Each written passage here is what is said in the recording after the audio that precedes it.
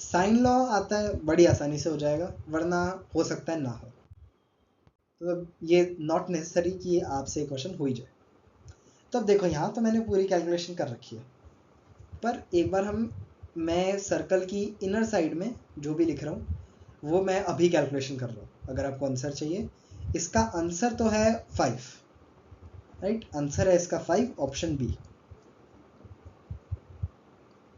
ठीक है, कैसे? अब देखो क्या दे रखा है, अगर आपके पास क्वेश्चन पेपर नहीं है फॉर सम रीजन, कि हर आदमी है बैठा है सर्कल के 10 स्पॉट्स पे, उसने एक नंबर चुना और अपने पड़ोसियों को वो नंबर कह दिया। ठीक है, उसने लेफ्ट पड़ोसी को एक नंबर दिया, राइट पड़ोसी को एक नंबर दिया, और लेफ्ट पड़ोसी ने उसको एक नंबर दिया और राइट ने भी एक नंबर दिया। तो ऐसे उसके पास खुद के पास 2 नंबर आए।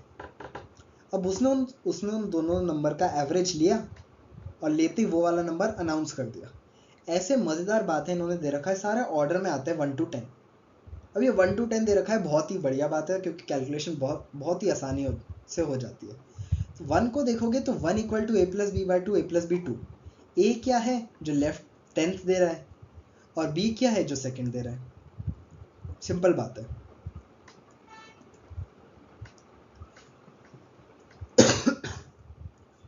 अगर आप इन दोनों को देखोगे तो आपके पास 2 के लिए b1 आ जाएगा, यानी कि 2 दूसरों को 1 दे रहा है, राइट? 2 1 को भी 1 दे रहा है, 3 को भी 1 दे रहा है। बहुत ही बढ़िया। मान लो 3 के पास 4 से आया अल्फा, 4 क्या दे रहा है अपने नेबर्स को, अल्फा दे रहा है, तो अल्फा प्लस 1 इक्वल टू 6 आ जाएगा, तो अल्फा इक्वल टू 5 आ जाएगा।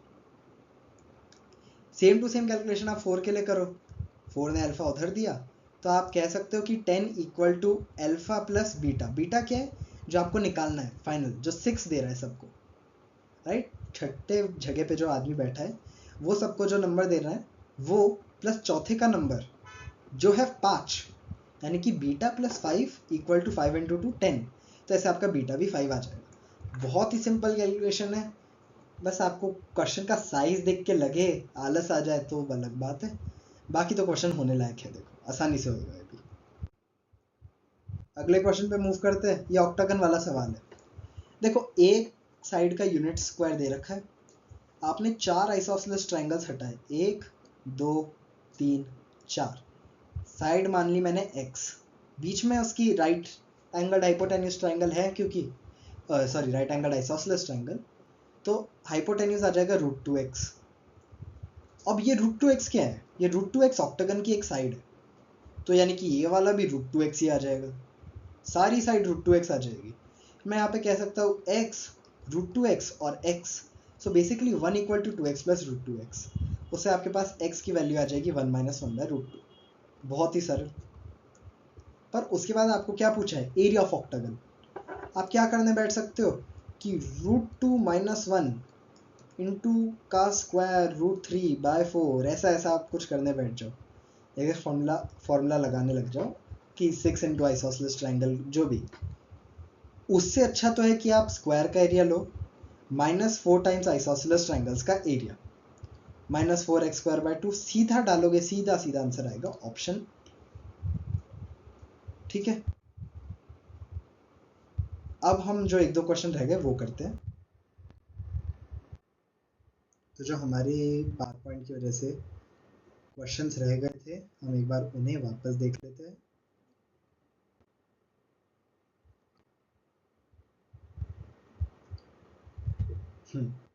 सबसे पहले ये क्वेश्चन 3⁴/3 माइनस 3⁴1/3 वाला अच्छा सवाल है, बस थोड़ी सी कैलकुलेशन है, इजी है, मुश्किल नहीं है ज़्यादा, थोड़ा सा टाइम कंज्यूमिंग है। 5 से 8 मिनट लगेगा इस क्वेश्चन को सॉल्व करने में। सोचने का टाइम जो है वो इंक्लूडेड है इस 5 से 8 मिनट में। कैसे करना है? पहले मैंने a cube a minus b का होल क्यूब की जो आइडेंटिटी होती है, a cube minus b cube minus 3ab into a minus b, इस फॉर्म में लिख लिया। तो a cube minus b cube की कैलकुलेशन ये रही। वहाँ पे आपके पास एक सीरीज बनती है जिसमें 3 4 से लेके 3 7 तक कैंसिल होता है, 3 8 3 9 और 3 10 बचता है। यहाँ से -3³ -3² -3⁴ बचता है। मैं क्या करूँगा, यहाँ से 3 कॉमन ले लूँगा, 3⁻7 - 1, 3⁻8 और 3⁻1 ग्रुप हो गए, सिमिलरली मैं 3 स्क्वायर के लिए और 3 क्यूब के लिए भी यही चीज़ करूँगा। उससे मेरे को नीचे एक चीज़ मिल जाएगी 39 इंटू 3⁻7 - 1। बहुत बढ़िया। अब जो बचा हुआ सामान है उसमें जो बाहर वाली टर्म लिखी है मैं इसको अंदर डाल देता हूँ। यह आ जाएगी 3⁻9/3, 3⁻6/3, 12/3, 9/3, 15/3, 12/3, चलते चलते 27/3 और 24/3। इससे अगर आपसे nth टर्म भी पूछे तो उसमें भी कोई दिक्कत नहीं है, क्योंकि वो भी बड़ी आसानी से कैलकुलेट हो सकता है। 3⁻7 - 1 तो अगेन वहाँ से कॉमन आएगा ही, यहाँ से वो कैंसिल होते जाएंगे। 3, 8 भी कैंसिल हो जाएगा, 9 भी कैंसिल हो जाएगा। यहाँ से लास्ट की 3 टर्म्स बचेगी, जितने भी आप n ले लोगे, और यहाँ से ये 3 टर्म्स बचेगी। सिमिलरली यहाँ पे तो सभी कैंसिल हो जाएगा सिवाय लास्ट के और यहाँ के 3 स्क्वायर के। अब 3 ये क्या लिखा है? ये लिखा है 3⁻9। ये बेसिकली क्या लिखा है? 3⁻2। 3 ऐसा लग रहा होगा पर ये 2 ही लिखा है। यहाँ से मैं 3 स्क्वायर कॉमन ले लेता हूँ। 3 यहाँ पे बाहर ऑलरेडी लिखा हुआ है -3, तो -3 क्यूब हो जाएगा इंटू 3⁻1। यहाँ से आप सीधा ही काट दो, या तो फिर 9 + 3 12 इंटू 3⁻7 - 1 आसानी से आ जाता है। बस थोड़ा सा कैलकुलेशन करने का थोड़ा आसान तरीका है, बाकी होने लायक सवाल है ये भी। ये आपके 100 पीपल वाला प्रॉब्लम है, हम डिस्कस कर ही चुके हैं। आंसर 98 है उसका। Integers for which factorial I is a perfect square. देखो आंसर है 2, फैक्टोरियल 1 के लिए और फैक्टोरियल 3 के लिए। उसके बाद क्यों नहीं आएगा? क्योंकि फैक्टोरियल 3 तक समेशन हो गया 9, फैक्टोरियल 4 पे वैल्यू आ गई आपकी 24, फैक्टोरियल 5 पे वैल्यू आ गई 120। दोनों अब मैं factorial 4 plus factorial sigma factorial 3 कर दूं तो मेरे पास सम क्या आ जाता है 33 में 120 जोड़ो 153 में 720 जोड़ो फैक्टोरियल 6 का 873। लास्ट में हमेशा 3 आएगा ही, क्योंकि ये हमेशा 0 से एंडिंग कोई टर्म आएगी फैक्टोरियल में। एंड वी नो ऑब्वियसली कि किसी परफेक्ट स्क्वायर के एंड में 3 नहीं आ सकता, इसी वजह से यहाँ पे लास्ट में 3 नहीं आएगा और 1 और 3 के बाद कोई और पॉसिबिलिटी भी हमारी नहीं रहेगी। ये क्वेश्चन हम डिस्कस कर ही चुके हैं। यहाँ पे आंसर रिमाइंडर 0 आ जाता है। ये भी क्वेश्चन डिस्कस हो गया। कैलकुलेटर से कर लोगे तो पेपर में पूरा कैलकुलेशन करने के अलावा उस वाले क्वेश्चन में कोई तरीका है नहीं। क्वेश्चन 12 आपसे हो जाए तो अगेन कमेंट सेक्शन में लिख दीजिएगा, आई विल होपफुली सी। और जब मैं पार्ट 2 डालूंगा सारे इंटीजर टाइप के आंसर्स का, क्योंकि उसमें ज़्यादा टाइम लगेगा, सारे अच्छे ज़्यादातर सवाल वहाँ पे बहुत अच्छे, तो उसके अलावा सारे हो जाएंगे। पीक्यू वाला सवाल ये हम कर चुके हैं। इसके बाद ये सर्कल वाला क्वेश्चन ये भी हो गया है हमारा, ऑक्टागन ये भी हो गया।